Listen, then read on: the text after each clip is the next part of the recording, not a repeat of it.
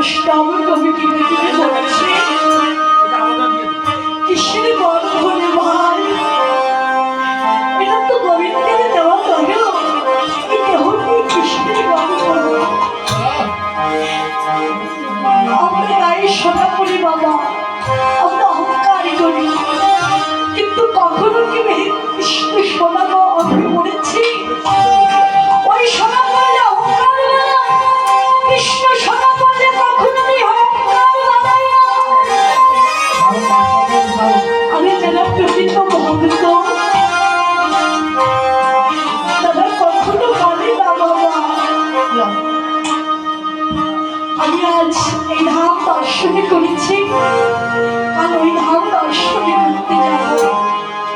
তারা বলে না, তারা গোবিন্দের চরণে আমাদের দাবি গৌরীর চরণে দেহ মন দাবি সমর্পণে করে দিয়ে বলে গোবিন্দ তোমাকে তো গৌর রাখতে পারিনি, কিন্তু আমি তোমার কোনো তীর্থস্থান দর্শন করতে যাব না। আমি যদি প্রকৃত ভক্ত হয়ে থাকি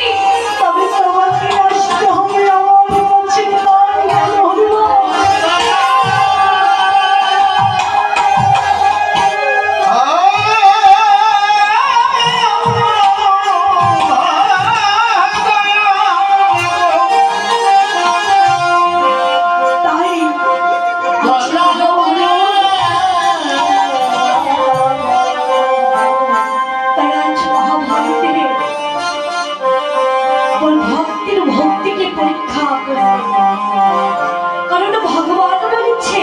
জগতে ভক্তি যার ভগবান তার,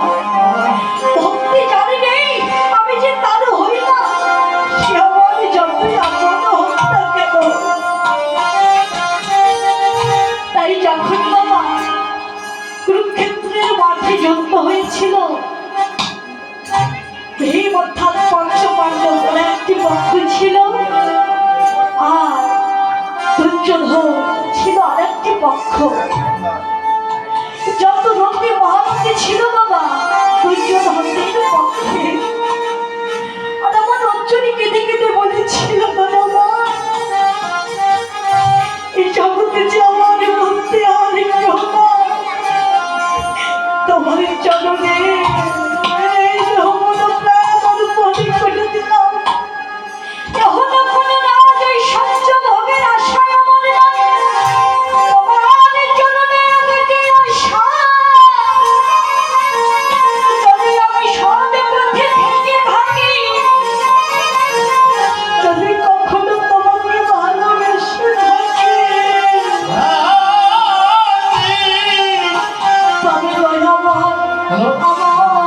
ভক্তির জয় হয়। যখন এই কথা বললে ভগবান অন্তরে যাবে, তিনি বলছে জগতে ভক্তি যার আমি যে তার। তাই ভগবান পঞ্চ পাণ্ডবদের হলেন। যখন যুদ্ধ চলছে বাবা, ওই যুদ্ধ চলছে, চলতে চলতে যখন 7 দিন পার হয়ে গেল, দুর্যোধনের 7 অক্ষরী সেনা যখন মারা গেল, তখন দুর্যোধন নিজের জেঠুমনিকে ডেকে ডেকে বলেছে, জেঠুমনি শুনে যাও। এই জেঠুমনি হলেন বিশ্বদেব। যখন বিশ্বদেবের সম্মুখে বিশ্বদেবকে বলেছে, জেঠুমনি শুনেছিলাম তোমার ইচ্ছা মৃত্যু বন্ধন আছে, তবে বলো তুমি থাকতে কেন এমন আজ সদক্ষয় সেনা মারা গেল, তুমি পারলে না।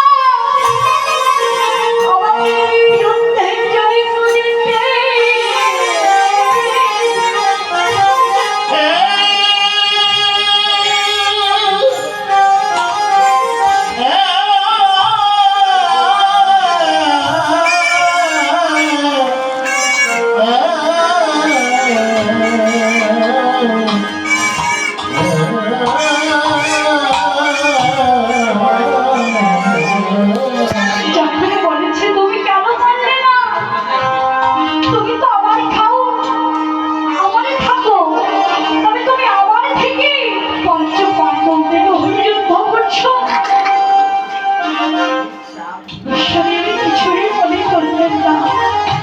কিন্তু মনে করলো কোথায় যখন খাবারের খোলা দিয়েছে, তুমি আমার খাও, আমার থেকে পঞ্চ পাণ্ডবদের হয়ে যখন এই কথা বলেছে, বিশ্বকে ধরনের জলে ছেড়ে দিয়ে বলেছে, জীবনে আমি কোনো অপরাধী করেছি তাই না, আমি তোর খেয়েছি, তোদেরকেও খেয়েছি, তোদের কাজটা সত্য করে দিয়েছি, তাদের বিশেষ অপরাধী ছিল বাবা, তোদের জন্য আমি জীবনে বিবাহ করলাম না, আজ তোদের আমাকে খাবারের খোটা দিলি, যখন খাবারের খোটা দিয়েছে বিশ্বদেব আমি নিজেকে ধরলাম যে মানছি, বিশ্বদেবের জন্য অনুরাগ মনে ধৈর্য ধরকে বলি সে ধৈর্য ধর। গতকাল রাত 12টার সময় তোমার স্ত্রীকে আমার ঘরে পাঠাবে, কি করে যে যুদ্ধ জয়ী হবে আমি তোমাকে বলে দেব, কথা বলেছে দুর্যোধন তো বিরাট খুশি, গতকাল যুদ্ধে জয়ী হব, যখন ভেবে ছুটে যাচ্ছি নিজের স্ত্রীকে ডেকে ডেকে বলেছে সরে যাও, তুমি কি জানো আমি আজ খুশি কেন, কারণ জ্যাঠুমণি বলেছে কি করিতে যুদ্ধের জন্য হবো বলে দেবে,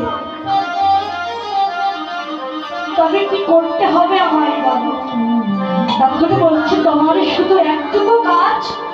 তুমি কাল রাত 12টায় দাদা আমাদের জেঠুমণির ঘরে যাবে, দুর্যোধন কি করেছে, যখন এই কথা নিজের স্ত্রীকে বলেছে, নিজের স্ত্রী বলেছে না আমি করবো না, একেতে আইবুড়ো বিয়ে করেনি, আমার তারপর রাত 12টার পর আমি কিছুতেই যাবো না, যখন বললেন আমি যাবো না,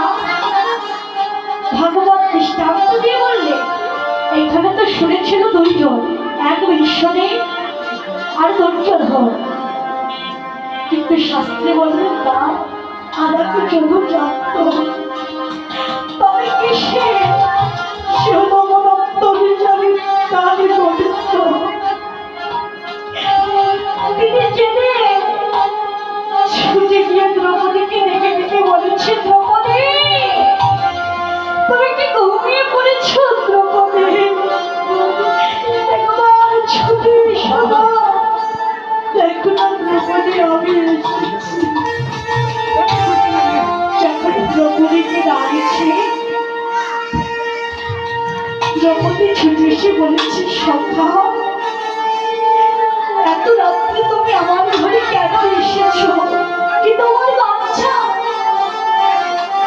বলছে দ্রৌপদী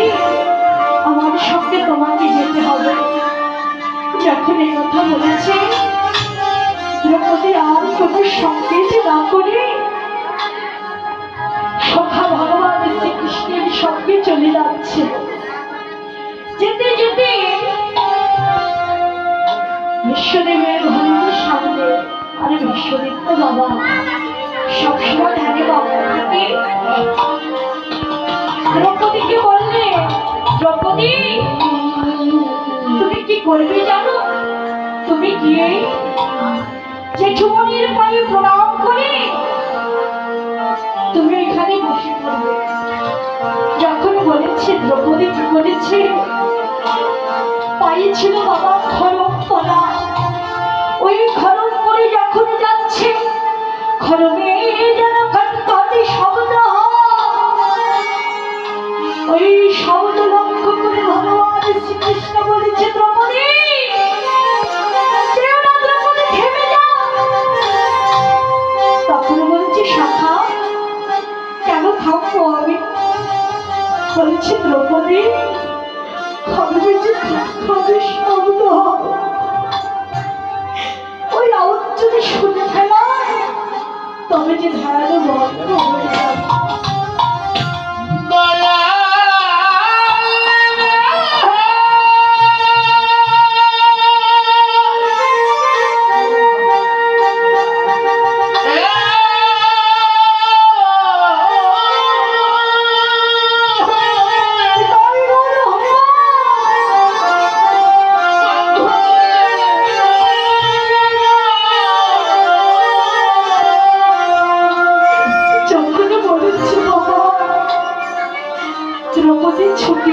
খরবে চলে রেখেছে।